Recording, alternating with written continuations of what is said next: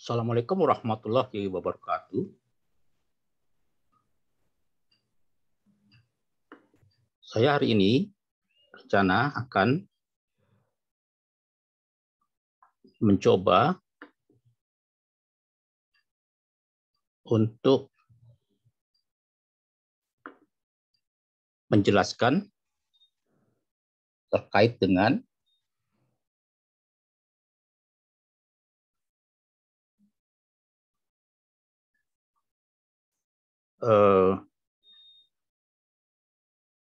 perhitungan dari GFS untuk memprediksi besaran intensitas curah hujan pada lokasi SSA, Sistem Semai Awan, di Provinsi Kalimantan Selatan.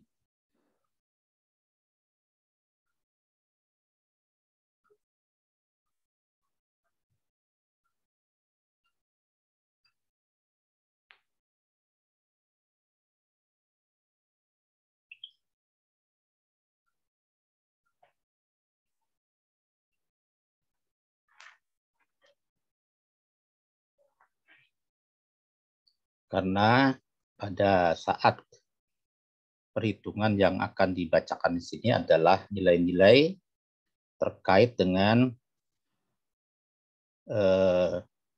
perhitungan yang berhubungan dengan nilai intensitas dari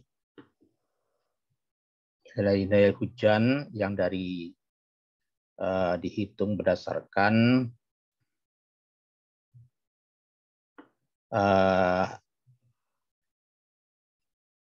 ARL. ARL itu kalau tidak salah adalah satu website dari Amerika, ya, dari NOAA untuk perhitungan atmosferik.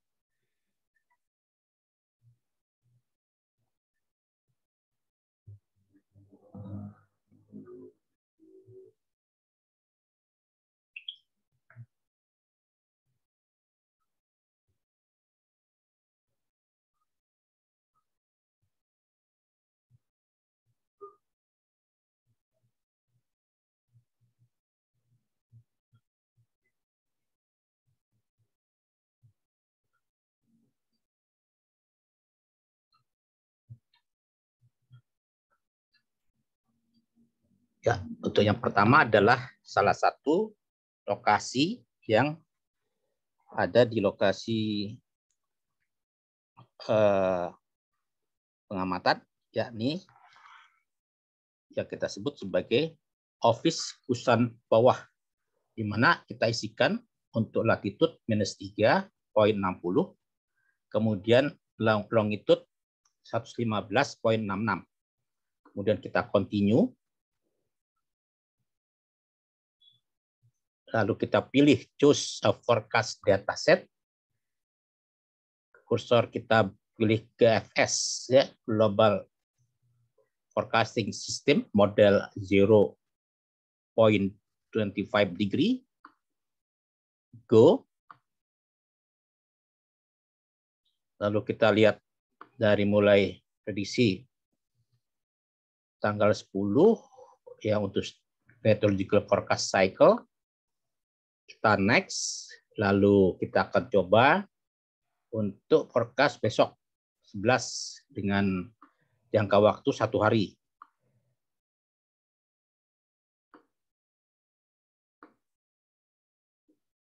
Dimana kita bikin untuk meteogram size DPI itu 120, create PDF, kita gunakan yes, walaupun mungkin tidak kita pakai. Lalu kita masukkan kodenya M3I key 4M get meteorogram. Nah, sudah ditampilkan di sini. Ini adalah hasil untuk lokasi Kusan Bawah -3,60 untuk lintang dan bujur 115,66. Hujan total besok 13,4 mm yang terjadi mulai pagi hingga malam. Jadi pukul 8 hingga pukul 8 pagi. Ya, kemudian kita bikin GIF. Kemudian kita save as, save image as. Kita tempatkan di lokasi yang sudah kita buat foldernya RCI, lalu data, kita pilih utama, GFS, karena ini tanggal 11, kita coba lihat yang tanggal 10 untuk mengcopy ya, Office Kusan bawah, kita ganti menjadi tanggal 11. Lalu kita masukkan ke folder untuk besok. Tanggal 11. Sip. Nah, kita kembali lagi ya kan untuk save as teksnya. Result, text resultnya ya. Nah, ini tiap jam ada hujan. Save as. Nah, untuk tanggal 11 belum ada. Kita coba lagi ke tanggal 10. Kemudian kita copy Office Kusan. Kemudian kita ganti tanggalnya. Tanggal 11. Kita masukkan. Kemudian tanggal 11 ini kita munculkan. Kita copy. Baik. Untuk selanjutnya kita seperti biasa kita kembali lagi. Kita kembali lagi. Kemudian another location. Nah, seperti biasa, kita sekarang memasukkan yang berikutnya, yakni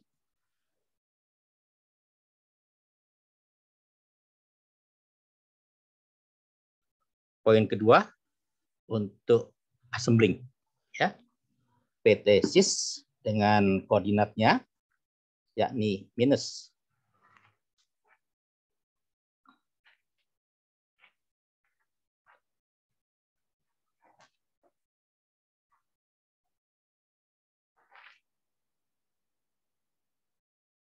359. Kita sebut sini minus.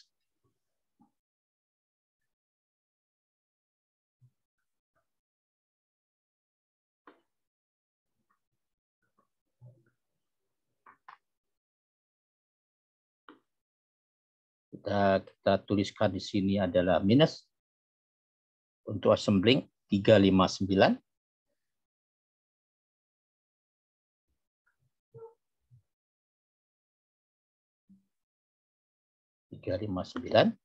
Kemudian bujurnya adalah kita tuliskan untuk assembling 115.63. Ada di sini. Lalu kita continue.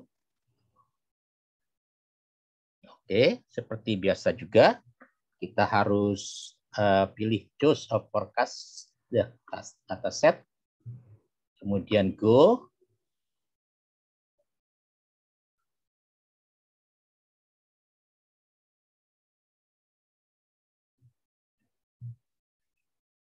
Kita pilih tetap ya, next untuk tanggal 11 besok.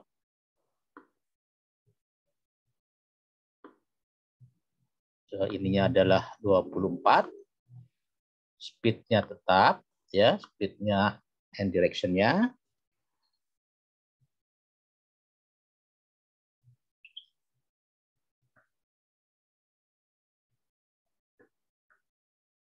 Kemudian kita pilih dari bawah itu adalah untuk yang 120 untuk size DPI dan yes.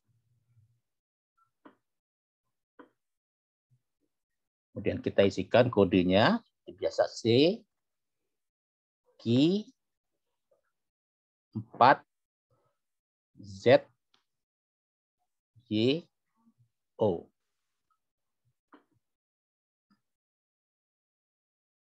Nah, kita dapatkan ini adalah assembling ya. Tesis ini adalah lokasi kedua yang kita masukkan dengan lintang -3,59 dan bujur 115,63. Lalu kita lihat di sini. Nah, ini ya sama dengan total 14,0 mm. Save image as.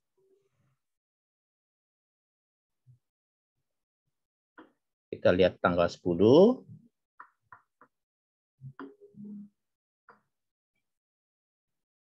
Assembling. Ya, tanggalnya kita ganti 11. Kemudian kita masukkan naikin ke atas untuk tanggal 11.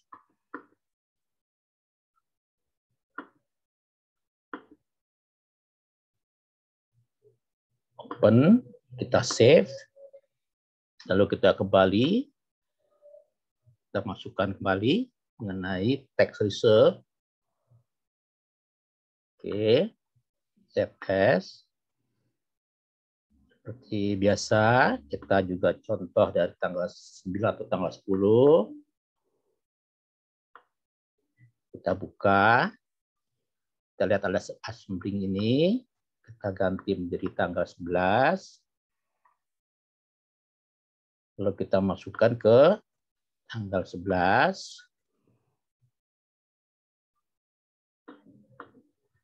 November. Itu seterusnya ya. Nah, sudah. Lalu kita kembali contoh ketiga. Another location. Seperti biasa. Kita masukkan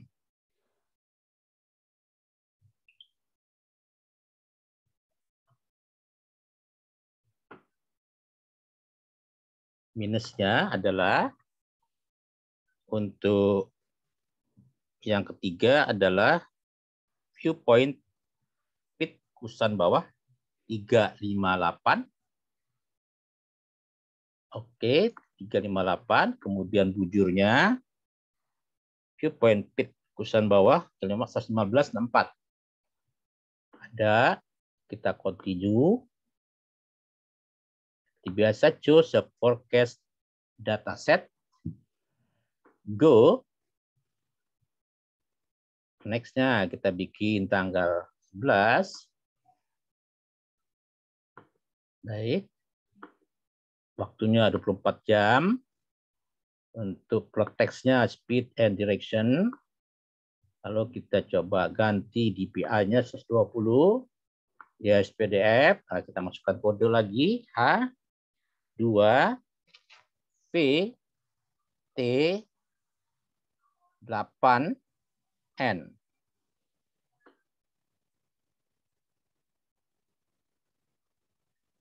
Ya, bintang 3-358, kemudian long bujurnya 1564 adalah milik lokasi dari SSA yang di sini viewpoint pit kusan bawah, di mana akan turun hujan. Presipitasi hujan itu total 13,7 mm dari pagi hingga malam hari. Dari pagi lagi ya, jam 8 pagi sampai jam 8 pagi lagi. Nah, jadi jam 8 pada tanggal 11 sampai tanggal 12 ya. Kemudian kita coba jadikan GIF. Ini GIF. Jadikan GIF. Lalu kita copy, save image as.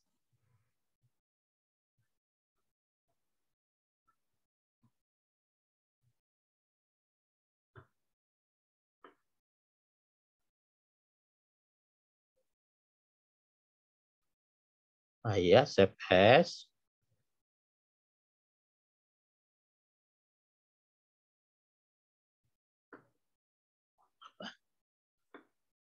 Muncul.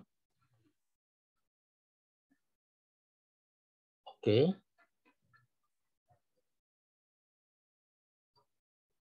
Baik, kita naikkan lagi. Kita naikkan. menjadi yang tanggal 8, tanggal 8 kita tanggal 7 kita lihat. Ini adalah pit ya.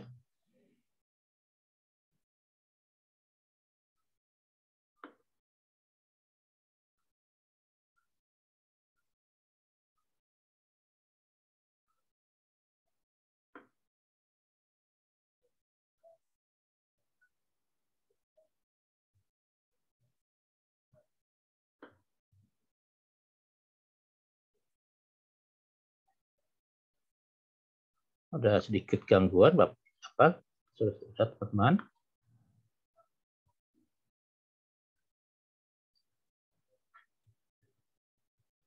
Ini yang kita akan share. Nah, ini kita coba save as, save image as.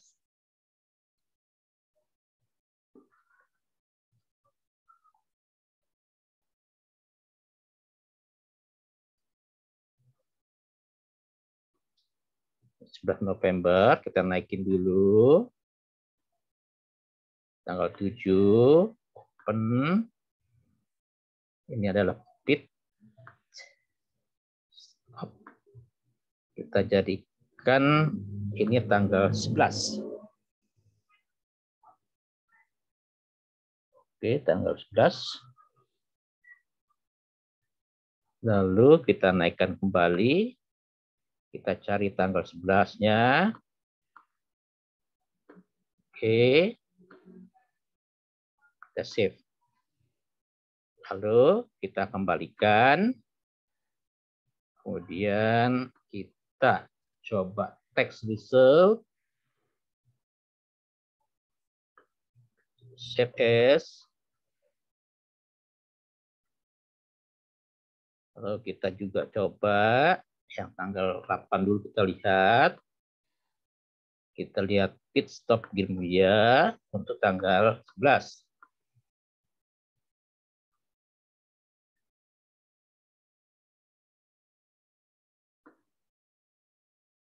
Tanggal 11.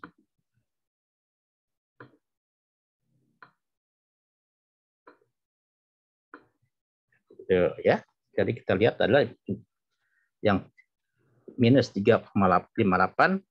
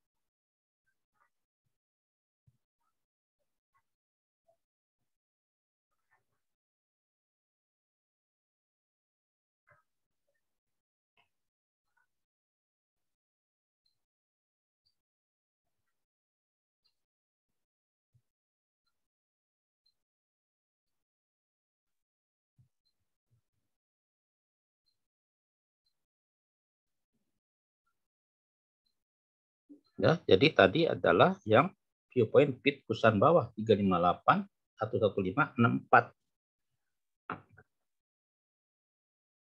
Kita coba save as lagi.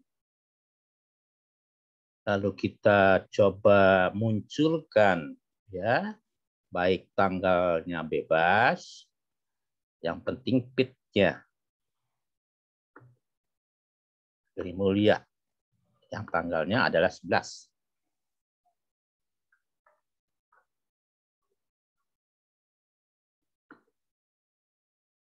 Tanggal 11.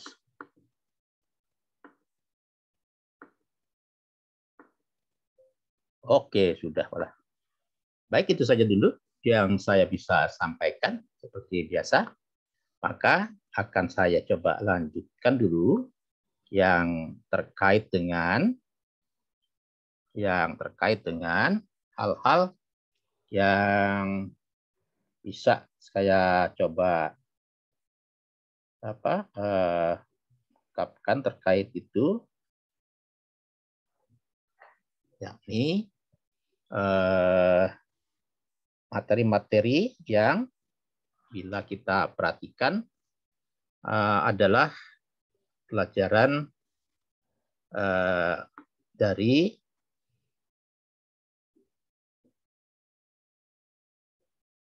bisa kita lihat dulu nanti dari ya, ini yang berasal dari file saya terkait perubahan iklim. Di mana di sini saya akan coba, starting point-nya, view full screen, share screen. Nah, start.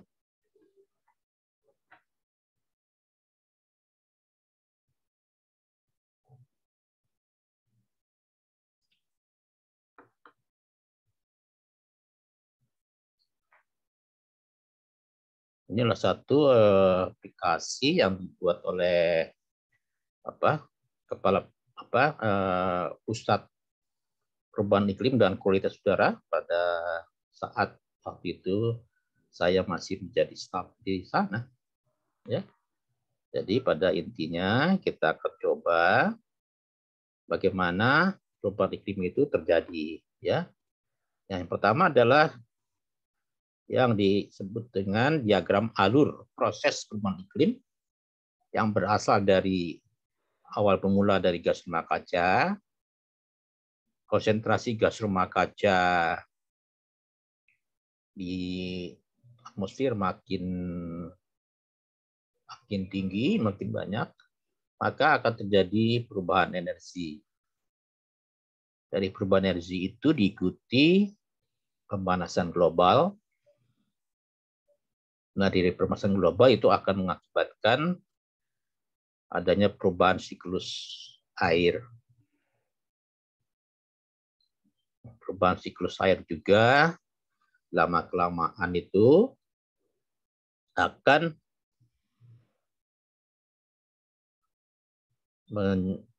merubah, ya kan, suatu kondisi iklim. Nah, perubahan iklim adalah perubahan secara terus-menerus terhadap unsur-unsur iklim. Tekanan udara, temperatur, ya, suhu udara, segala macam. Nah, perubahan iklim itu juga akan berdampak secara fisik dan non-fisik. Maka perlu ada respon. Nah, respon itu ada dua, ya. Ada yang baik kita katakan adalah respon yang berkaitan dengan adaptasi, jadi penyesuaian. Kemudian ada juga yang berkaitan dengan mitigasi. Nah, yang adaptasi di sini bisa dikatakan adalah, ya, suatu aktivitas dari manusia, ya, di mana adaptasi itu mengatasi akibat atau mengelola yang tidak bisa dihindari. Sedangkan mitigasi mengatasi penyebab, menghindari yang tidak bisa dikelola. Jadi adaptasi atau tindakan dalam menyesuaikan dari adanya terjadinya perubahan iklim itu. Nah, kalau mitigasi adalah bagaimana menanggulangi atau mengurangi dari emisi gas rumah kaca misalnya. Seperti itu, ya. Intinya memang kelihatan bahwa di dalam melakukan langkah-langkah itu, ya, kita juga perlu, ya, harus mengetahui bisa terjadinya perubahan iklim itu apa? Penting itu. Ya. Kemudian selanjutnya, setelah kita mengetahui diagram alurnya adalah siklus air yang berubah. Siklus air yang berubah itu, ya, itu dimulai dari adanya sinar matahari sebagai salah satu energi, ya, yang menjadikan kehidupan di bumi itu berlangsung. Nah, energi yang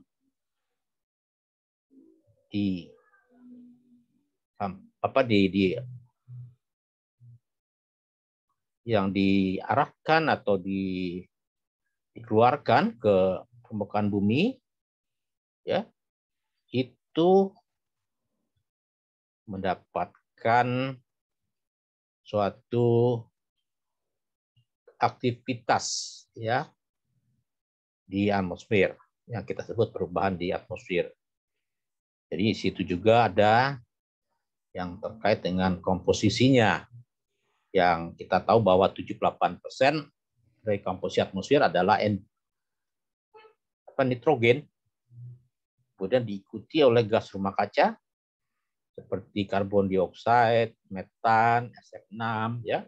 Juga ada air H2O dan ada oksigen O2, lalu juga ada ozon, ya, ada argon, ada aerosol, gitu, ya. Nah, kemudian dari situ kita akan melihat perubahan lainnya dari pertukaran panas yang terjadi di lautan, lalu juga penyerapan energi matahari oleh permukaan tanah dan tanaman. Lalu itu juga kita bisa saksikan di mana di dalam yang kita sebut dengan aktivitas manusia, itu yang paling penting juga, ya, aktivitas manusia ini.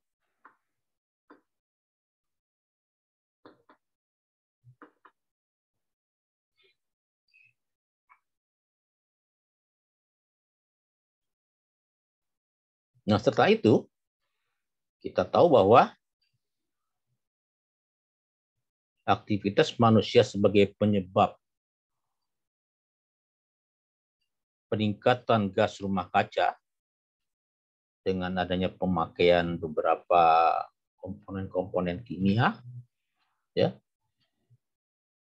juga akan mencoba untuk mempengaruhi kondisi atmosfer kita, ya. Kemudian kalau kita lihat di perubahan di laut, kita lihat sirkulasinya. Kemudian kita lihat juga muka laut yang makin lama makin naik. Lalu ada peristiwa biokimia di dalam dasar lautnya. Nah, juga terjadi perubahan dalam siklus hidrologi, ya, yang diakibatkan oleh banyaknya atau kenaikan daripada gas rumah kaca. Lalu kalau kita melihat daripada efek rumah kaca, itu dimulai dari radiasi sinar matahari yang berlangsung dari sistem iklim di bumi. Ada sebagian radiasi surya dipantulkan kembali oleh bumi dan atmosfer, maka akan terjadi efek rumah kaca. Lalu dari situ kita juga bisa memperhatikan latar belakang pemanasan global dengan adanya perhitungan yang disebut dengan keseimbangan energi radiasi. Lalu kalau kita melihat daripada konsentrasi gas rumah kaca GRK dari tahun 2000, dari tahun 0 sampai tahun 2005, maka peningkatan dari ketiga unsur gas rumah kaca, baik karbon dioksida, metan, dan nitrogen oksida, makin meningkat. Kita juga bisa perhatikan perubahan suhu global atau tinggi permukaan laut dan tutupan es kutub utara. Yang makin lama suhu global kita makin meningkat dari yang sebelumnya adalah 13,5, ya kan, suhunya menjadi 14,5. Lalu perubahan dari tahun 1961 1960 tinggi permukaan laut. Begitu juga tutupan es kutub utara yang makin menurun. Untuk memperhatikan penyeimbang suhu permukaan laut, maka kita bisa melihat dari ketiga lokasi. Malah di sini ada tanpa ada 6 lokasi. Ada Ombai, Teluk Ombai, Halmahera, Makassar. Kemudian kita lihat Jawa Timur, Lombok, dan Liva Matola. Ini anomali temperatur yang makin meningkat pula dari tahun ke tahun. Jadi penyimpangan suhu muka laut di sini. Dari tahun pengamatan 1974 hingga tahun 2001.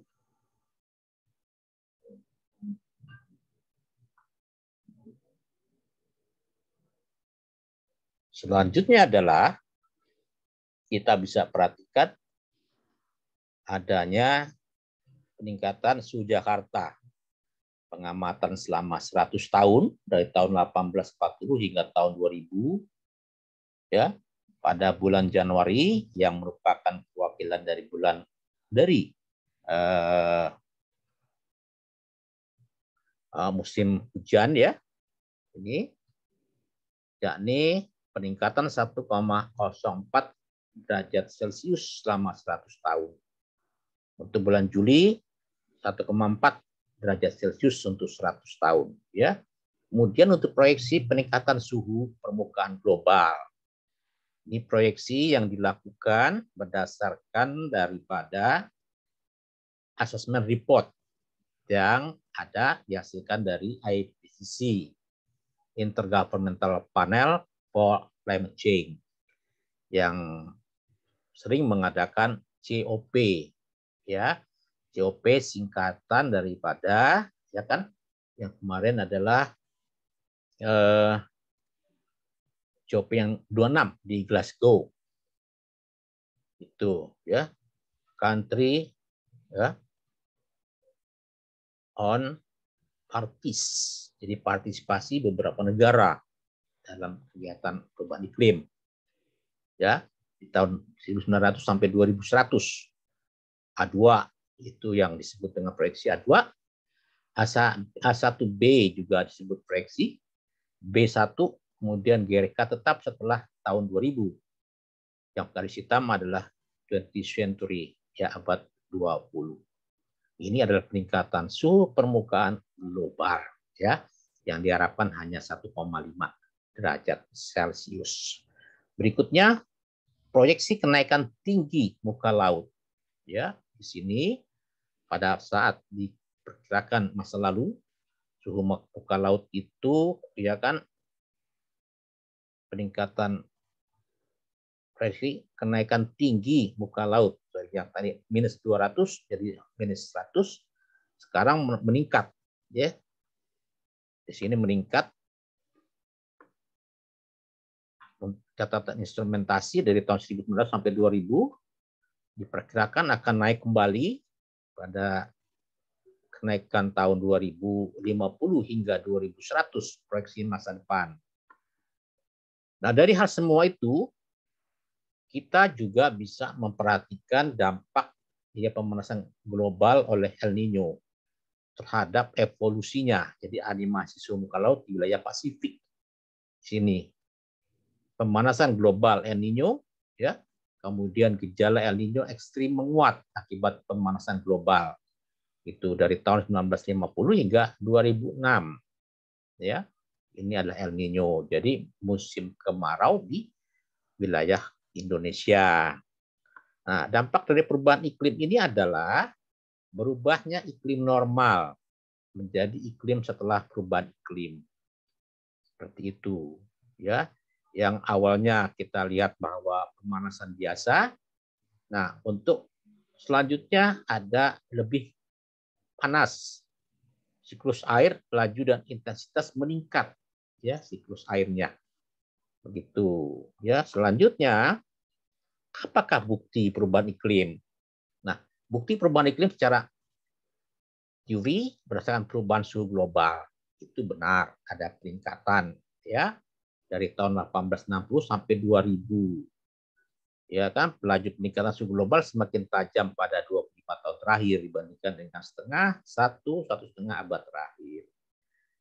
Selanjutnya, bagaimana kondisi karbon dioksida yang terukur di atmosfer? Kalau di Indonesia ada tempat pengamatannya di Bukit Koto Tabang, GAW Global Atmosphere Watch, itu yang warna hijau, ya, warna merah muda dari Mauna Loa, USA, sedangkan yang warna hitam adalah global. Jadi peningkatannya itu dari tahun 2004 hingga 2011, ya, itu ada peningkatan. Kemudian perubahan sebaran curah hujan, ya, ini probabilitasnya di Nusa Tenggara, yakni dari bulan Desember, Januari, Februari dari data 1900, ya, sampai tahun 2000, ya, itu ada probabilitasnya. Sedangkan untuk Jawa Barat, Banten, Jakarta juga curah hujan bulanan ada perubahan, apa probabilitas juga peluang hujannya itu. Nah, bisa kita perhatikan dari tahun ke tahun itu, ya, yang makin lama, ya kan, ini ya, bawahnya ada curah hujan bulanan, sedangkan peluang hujannya adalah dalam bentuk kiri. Kemudian untuk evolusi lahan juga itu terjadi penurunan, ya, tutupan lahan. Yang pertama, hutan tak terganggu di Papua, kemudian pemicunya akses oleh jalan, ya. Yang berikutnya untuk di Kalimantan, yang kedua memperkuat loops permintaan lokal, infrastruktur, modal akumulasi, populasi dinamis. Itu untuk di Sumatera, evolusi lahan hutan itu di Sumatera juga makin turun, hutan agrik mosaiknya makin turun, sehingga menstabilkan siklus. Di Jawa belum ada data yang paling update. Efek pendapatan per kapita dari tahun kosong ini mungkin di dunia, ya, efek pendapatan per kapita per tahun terhadap emisi karbon dioksida. Pendapatan tahunan per kepala ada peningkatan tahun 2008 sampai tahun 2000, peningkatannya 1985. Kemudian perubahan iklim ekstrim, ya. Nah, di sini adalah pola yang menunjukkan iklim yang sebelumnya dengan iklim setelah adanya perubahan iklim yang disebut dengan iklim baru. Nah, perubahan yang terjadi ini adalah berdasarkan probabilitas kejadian. Iklim sebelumnya dingin, kemudian iklim barunya merambah ke panas. Cuacanya ada yang panas dan sangat panas. Begitu pula selanjutnya,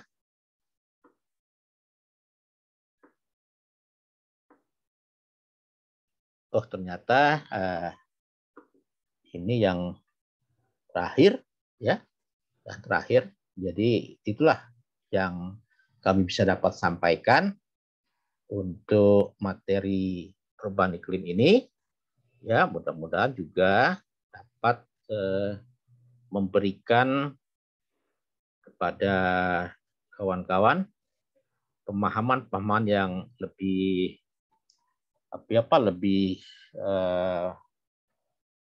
lebih baik, lebih berguna, sehingga dapat dijadikan salah satu rujukan dalam memahami terjadinya perubahan iklim yang saat ini memang akan memberikan dampak yang sangat luas di wilayah Indonesia.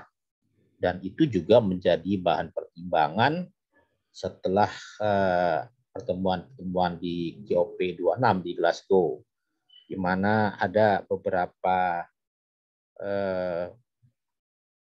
resolusi yang dihasilkan terkait dengan perubahan iklim ini. Ada sebagian para ahli yang menyatakan bahwa pembangunan itu harus disinkronisasikan dengan lingkungan, sehingga pembangunan itu tidak merupakan permasalahan baru, sehingga tidak bisa kita membangun kalau seandainya iklimnya juga tetap berubah, ya kan? Itu perlu ada semacam perubahan paradigma dalam memahami lingkungan hidup kita. Demikian, akhirul kalam, saya ucapkan terima kasih. Wassalamualaikum warahmatullahi wabarakatuh.